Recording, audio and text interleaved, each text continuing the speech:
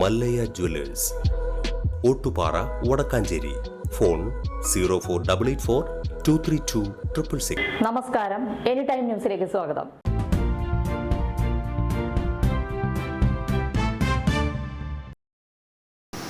Kuwait ദുരന്തത്തെ ജീവൻ പൊഴിഞ്ഞവർക്ക് നാടിന്റെ അന്ത്യാഞ്ജലി. നാടിനെ നടുക്കിയ തീപിടുത്തത്തിൽ മരിച്ചവർക്ക് മുഖ്യമന്ത്രി പിണറായി വിജയന്റെ നേതൃത്വത്തിൽ ആദരാഞ്ജലികൾ അർപ്പിച്ച ശേഷം മൃതദേഹങ്ങൾ ബന്ധുക്കൾക്ക് കൈമാറി. 23 മലയാളികളെ കൂടാതെ തമിഴ്നാട് സ്വദേശികളായ 7 പേരുടെ മൃതദേഹങ്ങൾ തമിഴ് സംസ്ഥാന ന്യൂനപക്ഷക്ഷേമ വകുപ്പ് മന്ത്രി സെൻജി മസ്താനും കർണാടക സ്വദേശിയുടെ മൃതദേഹം അവിടെ നിന്നുള്ള ഉദ്യോഗസ്ഥ പ്രതിനിധികളും ചേർന്ന് ഏറ്റുവാങ്ങി. ഇന്ന് രാവിലെ 11:30 വ്യോമസേനയുടെ പ്രത്യേക വിമാനത്തിൽ എത്തിച്ച മൃതദേഹങ്ങൾ കാർഗോ ടെർമിനൽ ഭാഗത്ത് പ്രത്യേകം സജ്ജമാക്കിയ വേദിയിൽ നിന്നാണ് ബന്ധുക്കൾ ഉൾപ്പെടെ ഏറ്റുവാങ്ങിയത്. കർണാടക സ്വദേശിയുടെ മൃതദേഹം മറ്റൊരു വിമാനത്തിൽ സ്വദേശത്തേക്ക് കൊണ്ടുപോയി. ദുരന്തത്തിൽ മരിച്ച തിരുവനന്തപുരം സ്വദേശി അരുൺ ബാബുവിനാണ് മുഖ്യമന്ത്രി പിണറായി വിജയൻ, കേന്ദ്ര മന്ത്രി കീർത്തിവർദ്ധൻ സിംഗ്, തമിഴ്നാട് ന്യൂനപക്ഷക്ഷേമ വകുപ്പ് മന്ത്രി KS മസ്താൻ എന്നിവർ ചേർന്ന് ആദ്യം അന്തിമോപചാരം അർപ്പിച്ചത്. തുടർന്ന് മുഖ്യമന്ത്രി ബാക്കി 29 മൃതദേഹത്തിനും പുഷ്പചക്രം അർപ്പിച്ചു. കേന്ദ്രമന്ത്രി സുരേഷ് ഗോപി, മന്ത്രിമാരായ P. രാജീവ്, K. രാജൻ, വീണ ജോർജ്, റോഷി അഗസ്റ്റിൻ, രാമചന്ദ്രൻ കടന്നപ്പള്ളി, പ്രതിപക്ഷ നേതാവ് VD സതീശൻ, MP മാരായ K. രാധാകൃഷ്ണൻ,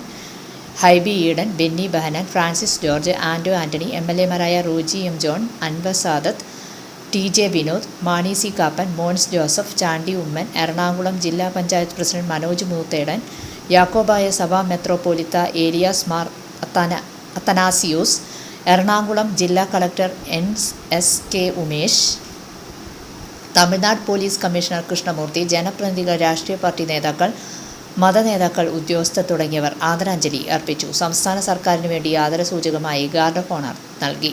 തുടർന്ന് ബന്ധുക്കൾക്ക് മൃതദേഹങ്ങൾ കൈമാറി. സംസ്ഥാന സർക്കാർ ഏർപ്പെടുത്തിയ 23 ആംബുലൻസുകളിലാണ് ഓരോരുത്തരുടെയും മൃതദേഹങ്ങൾ വീടുകളിലേക്ക് കൊണ്ടുപോയത്. ഓരോ ആംബുലൻസിനും കേരള പോലീസിന്റെ പൈലറ്റ് വാഹനവും ഉണ്ടായിരുന്നു. തമിഴ്നാട് ആംബുലൻസിന് സംസ്ഥാന അതിർത്തി വരെയും പോലീസ് അകമ്പടി നൽകി. കാർഗോ ടെർമിനലിന് സമീപം 17 മേശകളിലാണ് മൃതദേഹങ്ങൾ അടങ്ങിയ പെട്ടികൾ വെച്ചത്. News desk, any time news. കൂടുതൽ വാർത്തകൾക്ക് ഞങ്ങളുടെ ചാനൽ സബ്സ്ക്രൈബ് ചെയ്യുക, ഫേസ്ബുക്ക് ഫോളോ ചെയ്യുക. വാർത്തകൾ വേഗത്തിലറിയാൻ എനി ടൈം ന്യൂസ്.